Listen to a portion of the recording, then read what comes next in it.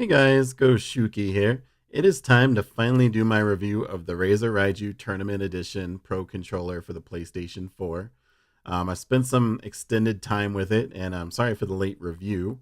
I know I usually get them out quicker, but yeah, I just wanted to spend more time with it, and it's been pretty busy. So we're gonna first talk about the controller itself, what it does, and then we're gonna talk about what I like, what I didn't like, and then my final opinion. So let's hop on in.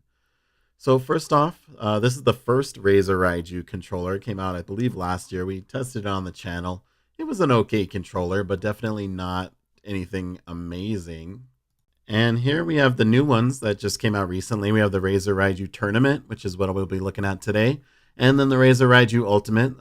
They're pretty similar. The Ultimate does have some extra features like raised sticks you can get, and they are at the same level. They're not alternate, kind of like an Xbox controller, like the one we're talking about today. So as just a real quick overview, they're promo controllers. They do have extra features than like a basic DualShock controller would have. You have customizable buttons. There's two on the back, two on the top. The Ultimate has LEDs, which we'll kind of talk about a little bit. They're set up through an app. The back and top buttons can be programmed to any other button. And yeah, that's going to be the main ploy about getting these controllers is just the customization and the extra buttons. The extra buttons are designed to keep your fingers on the sticks. So when you're playing, you kind of have that little bit of an advantage where you don't have to take your fingers off the sticks to like reload or something like that. Setting them up is simple. There's an app you download from your app store on your iOS device or Google Play on your Android device, and you pair the controller with the app, and then you can set it up. You can map the buttons there. As you can see, we can kind of map just about anything to the back two buttons or the top two.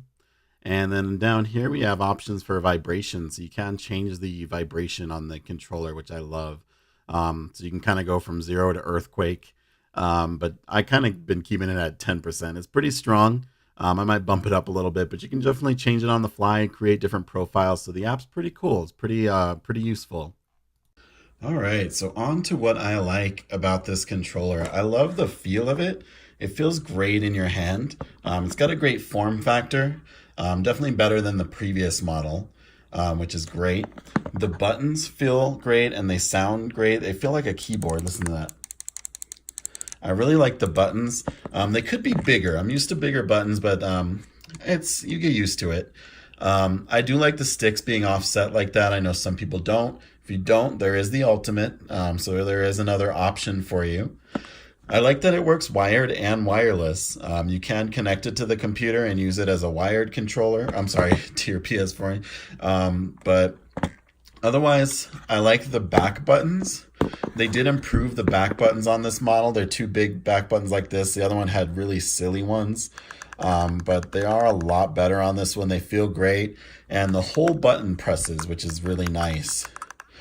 We do have USB mode, PS4 Bluetooth mode, and PC Bluetooth mode. So it does work on PC with Bluetooth.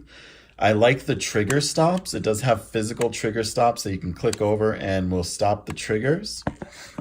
The sticks feel great. The last one had some silly covers on them that didn't feel good. These feel perfect. I can grip them just fine, and they're concave, which I really like. And trackpad feels good. It also clicks, which I really like. And then something I didn't expect to like that I didn't really like before is these top buttons. These extra buttons are a little weird. It's weird having 6 buttons on the top, but they feel great. They're not hard to get to. Along with these are on some pro controllers. These are a little hard to get to, but everything feels great. Your finger kind of rests in the middle of all 3 of them, and sometimes you'll slip up. You got to get used to it, but once you do, you'll be hitting your buttons fine. It works just great for me. So that's what I liked about the controller. Some other things I like are the weight of the controller. The controller feels great. It's the perfect weight for me. It feels great. The rumble is strong, real strong. And I do like that you have the option to go from 0 to 100%, which I mentioned before. So you do have different options for the strength of the rumble, so you can kind of ease into it. But some controllers, like the Scuff we talked about, is just kind of nothing or earthquake, and that's it. And I do like to have some rumble, but I don't need an earthquake all the time. One thing I didn't like about the controller is it does have to be wired to use the headset port, which I thought it should just do that, but it doesn't. So something to be aware of that could be a deal breaker for some people. Now I use Astro headsets, so I don't plug them into the controller, but I wanted to test it just to be sure it worked and how it was. And everything sounded great, but it does have to be wired for this to work. So keep just FYI on that one. The only other thing I'm not a big fan of on this controller is the price. It can be a little pricey. Right now I have it up on the screen. You can kind of see where it is now to import one from Amazon into the US.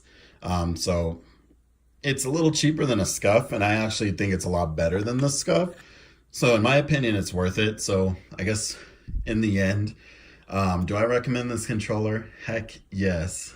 It's an excellent controller for PS4. Then honestly, it surprised me. As you know, I on this channel, if you watch, I swear by the Nacon Revolution Pro.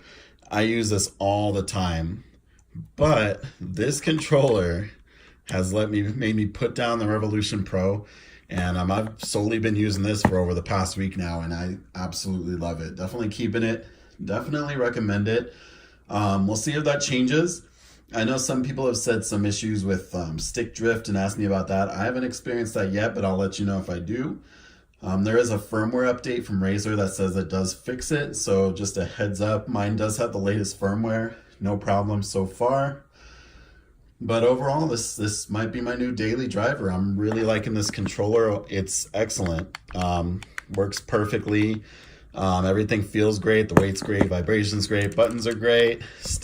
Back buttons are great. Top buttons are great. Overall, this is the best, probably one of the best controllers, if not the best controller I've ever used. So definitely go out and get yourself one if you can. I still recommend the Nacon Revolution Pro. It's a good controller, but we're not talking about that here. But yes, definitely pick this one up. It's an excellent controller.